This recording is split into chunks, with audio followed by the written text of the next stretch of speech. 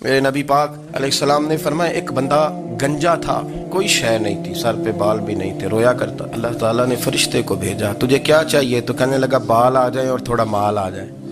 فرشتے نے ہاتھ پھیرا تو بال بھی آ گئے، تو بکریاں بھی آ گئیں، لائنیں لگ گئیں، مال ہی مال ہو گئی۔ دوسرے کے پاس گیا، وہ کوڑا تھا، اس کو جا کے کہا کیا چاہیے؟ کہنے لگا شفا ہو جائے اور کچھ اللہ تعالیٰ آسانی کر دے۔ شفا بھی ہو گئی، گائیں بھی دے دی، بھینسیں بھی دے دی، مال ہی مال ہو گئی۔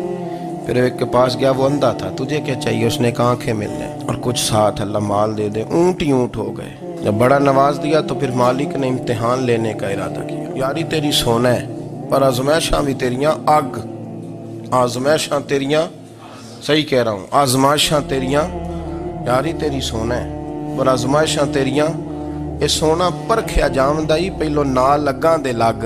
اللہ نے فرمایا آزمائش کرو۔ سب سے پہلے گنجے کے پاس آئے، اسے کہا اللہ کے رستے میں کچھ دیکھنے لگا، میرے خرچے ہی بڑے، دیکھو تو صحیح کتنی مشکل میں وقت گزارتا ہوں، حال ہی کوئی نہیں۔ تو اس نے کہا میں نے تو سنا ہے تو گنجا اور بھوکا ننگا تھا۔ کہنے لگا میں تو جدی پشتی رئیس اعظم ہوں، تجھے کس پاگل نے کہا ہے بھاگ جا؟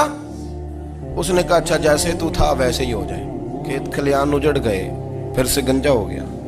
حضور علیہ السلام فرمانے لگے، پھر وہ اس کے پاس گیا جو کوڑا تھا، اسے کہا کچھ دے۔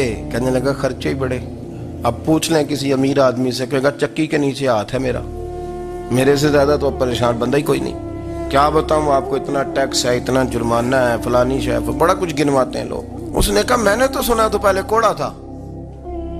اس نے کہا اچھا دوڑ جا، میں تو رئیس اعظم ہوں، دادا بھی پردادا بھی اور ساری نسل ہی۔ اس نے کہا اچھا جیسے تو تھا ویسے ہی ہو جائے۔ پھر وہ گیا اندھے کے پاس اور جا کے کہا اللہ کے نام پہ کچھ دے۔ تو کہنے لگا رب کے نام پہ؟ یہ کھڑے ہیں اونٹ، جتنے تیرے دل کرے لے جا۔